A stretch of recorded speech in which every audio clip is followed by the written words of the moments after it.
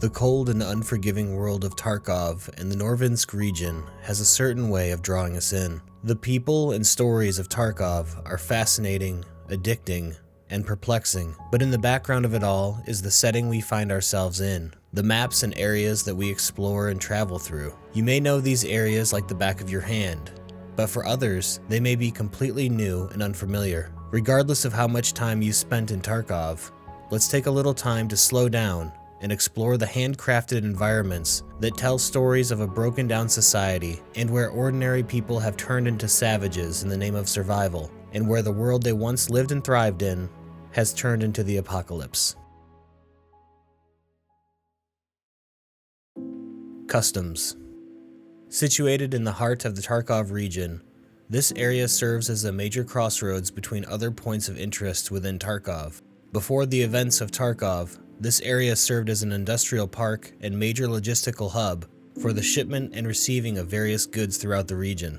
It sits adjacent to the chemical factory and has routes that lead to the military reserve base, as well as the Ultra shopping mall that is just outside of Tarkov City. Exploring this area, we can start to paint a picture of how life was before the events of Tarkov, and how it has fallen apart since. Starting at the crossroads. This critical intersection was blockaded by the UN peacekeepers shortly after the violence erupted in Tarkov in an attempt to control the movements of the combatants. Near this intersection is a storage unit yard where the workers and citizens of the area most likely kept their valuables and personal belongings. After the city was sealed off, trapped citizens who had been forced from their homes by criminal gangs found refuge here, as if it were secure enough to protect their property during times of peace. It may be safe enough to hold out until relief arrived. Unfortunately for some, relief didn't come soon enough, and they were discovered by those who deemed whatever food or water they may have to be more valuable than their lives. Just outside of the storage units leading to the crossroads, local scavs have piled up trash and debris to form roadblocks. This tactic can be seen all over the world where law and order have been broken down, where those fortunate enough to have a vehicle are forced to stop and either pay tolls to pass or are robbed of everything they have during their attempt to flee. To the west, the first major piece of infrastructure sits in a now dilapidated state: the Customs Control Zone. Before fighting began here, this area was bustling with activity as trains and trucks arrived and departed around the clock, and workers loaded and unloaded goods destined for the city of Tarkov. Shipping manifests would be checked against the cargo contents, and any contraband would be seized and stored in the large red warehouse until it was either cleared or scheduled for removal.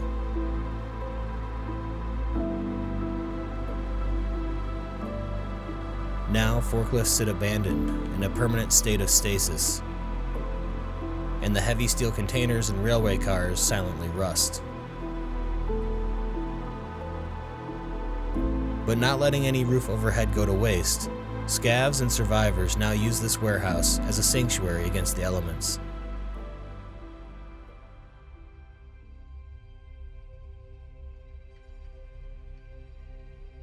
Heading westward again, we witness the first sign of Russian military action within the customs zone. Sitting on the clogged and congested bridge are the decaying husks of Kamaz Typhoon armored personnel carriers. Originally deployed here to most likely secure the bridge and facilitate the safe passage of evacuating citizens and prevent the movements of USEC or terror group personnel, it is clear now that their mission has failed.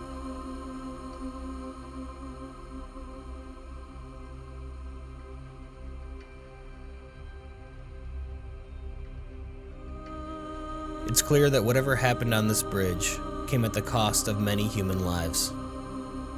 Bullet-riddled vehicles and spilled blood covers nearly every inch of this bridge.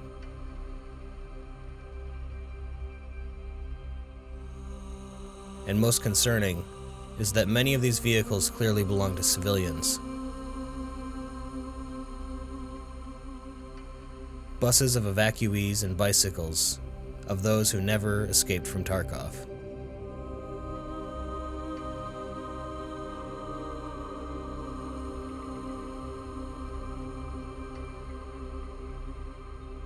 Just past the bridge, another series of UN roadblocks that have been overrun long ago serves as a reminder that the ongoing peacekeeping efforts are having little effect.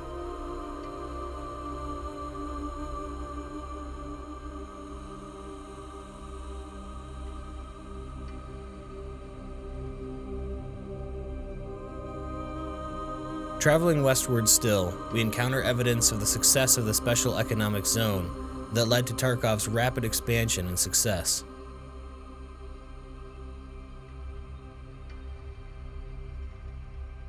All over the Tarkov region, new construction can be found almost everywhere. Corporations around the world race to the Norvinsk region to set up their corporate headquarters and manufacturing operations due to the extremely favorable economic conditions and near zero taxes.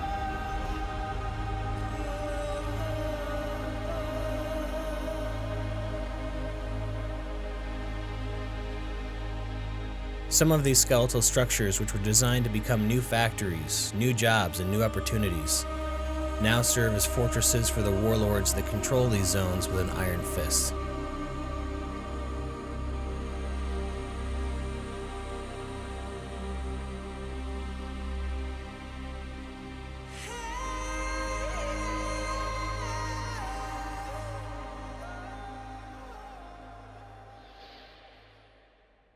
Heading south, a short dirt road takes us to a small group of structures that are slowly being reclaimed by nature.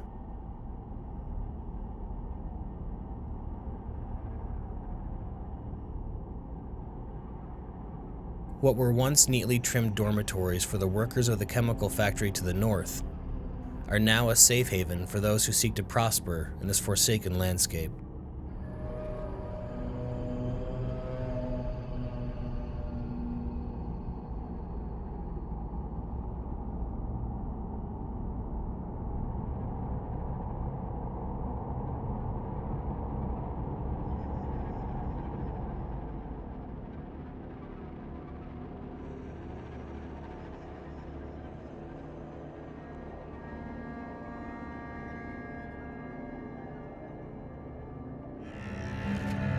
Years of violence and squatting have reduced them to dark burrows for the murderously insane.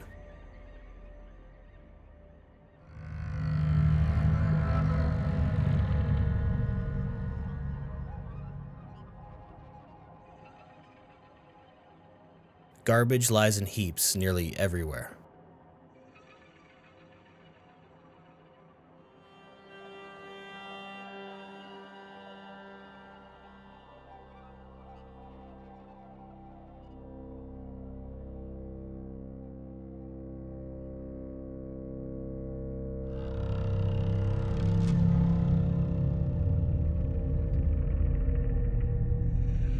Families no longer live here. Children no longer play here.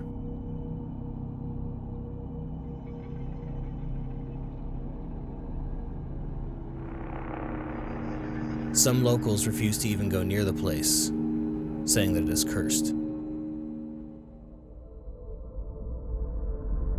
Heading westward again, and past more Russian armed forces roadblocks, we are greeted by a scene of absolute chaos and desperation.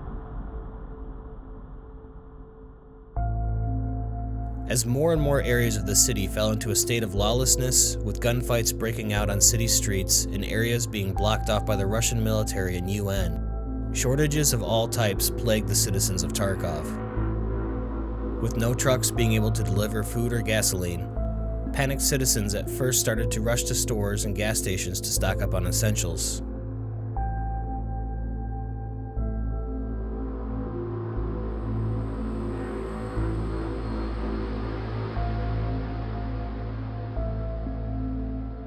And with vehicles and portable generators in dire need of fuel, the truly desperate, fearing for the future of their families, may have turned to violence.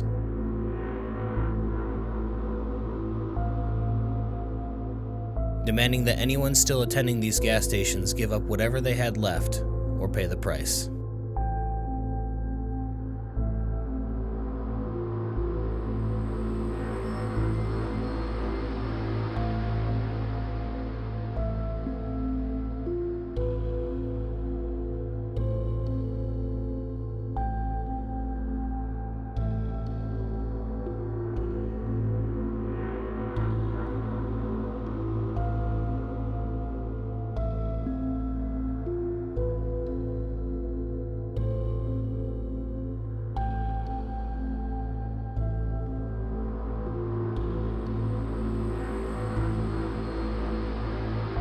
Throughout Custom's sprawling industrial landscape, the evidence of survivors attempting to thrive in this new world is everywhere.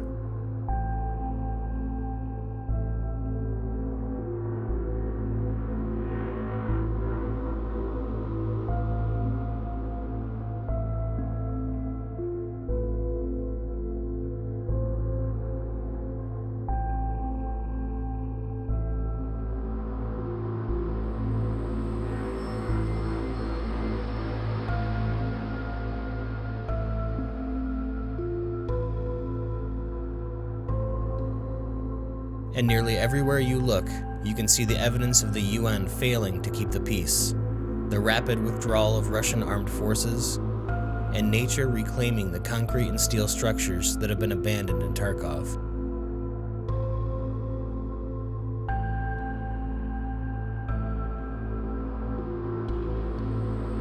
And there's also one warehouse in particular, where one clue lies to the true intention of the Terra Group Corporation.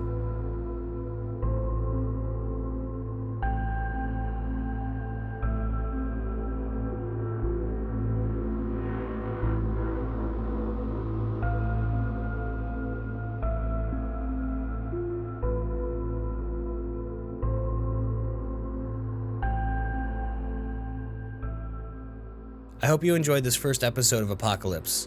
I think if we all take time to slow down and observe our surroundings, we can appreciate just how much time and effort has gone into the world building in this game. As we move forward in this series, I want to continue to tell the stories of these maps and some of the scenery in a cinematic fashion, and some of the best maps are yet to come. Don't forget to hit subscribe so you can see the next episode in this series as soon as it comes out. Also, YouTube members and Twitch subscribers get a special VIP role in our Discord and get access to new videos early, so if that interests you, consider becoming a member. I appreciate the support, and I'll have a new video out soon, but until then, I'm Jeff with EUL Gaming. Good luck out there.